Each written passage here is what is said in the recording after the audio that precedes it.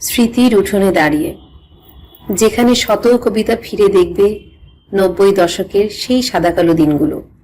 স্মৃতির উঠোনে দাঁড়িয়ে বইটি 90 দশকে হারানো সময়কে তুলে ধরার একটি আন্তরিক প্রয়াস, যা পাঠকের মনে জাগাবে ফেলে আসা জীবনের মায়াবী ছায়া। এই বইটির রচয়িতা আমাদের প্রিয় জাকির পারভেজ।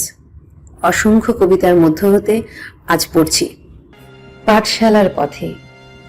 ভোর হলেই মা জাগাতেন ধীরে, মাটির হাঁড়িতে পানি দিয়ে বলতেন, চোখ খোলো বাবা, পাখিরে স্কুলে যায় আগে।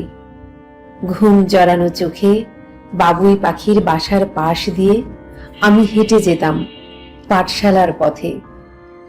পায়ের নিচে কাদার ছোপ, মাথায় বই, চোখে মুগ্ধতা। আজ আবার অ আ ক খ শিখি।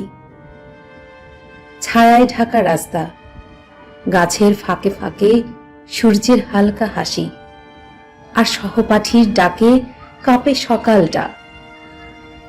কেউ গুনগুন করে ছড়া, কেউ মুখস্থ করে আমাদের গ্রাম, কেউ আবার লুকিয়ে আনে গুড় ভরা মুড়ি। আর এক কোণে দাঁড়িয়ে কেউ চুপচাপ মাস্টার মশাই চোখ এড়িয়ে খায় মাসির মতো কলম। পাঠশালার বেঞ্চ ছিল কাঠের, কিন্তু তার গায়ে আঁকা হতো আমাদের স্বপ্ন।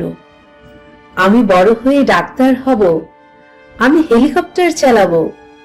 আর কেউ লিখে রাখত শুধু একটি নাম, ভালোবেসে, না বলা থেকে যাওয়া নামে। টিফিনের সময়টা ছিল ঈদের মতো আনন্দ। একটার মুড়ি, একটার পান্তা, আর ভাগাভাগি করে খাওয়ার হাসি। মাস্টার মশাইয়ের কণ্ঠ ছিল কখনো বজ্র, কখনো শ্রাবণ, যিনি ভুল শুধরে দিতেন, শুধু খাতা নয়, জীবনেরও। পাঠশালা মানেই ছিল জ্ঞান নয়, জগৎ দেখা।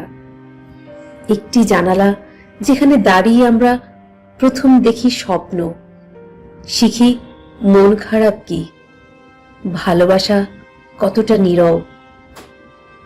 আজ বহু দূরে পাঠশালার সেই সরু পথ, তবু এখনো হাঁটতে ইচ্ছে করে, মাঠ পেরিয়ে, তালগাছের ছায়া মারিয়ে। হাতের খাতা, মুখে ছড়া, চোখে সেই আগল ভাঙা সকাল। পাঠশালার পথে হেঁটে যায় স্মৃতি। শিশু আমি, এখনো খুঁজি তার ছায়া।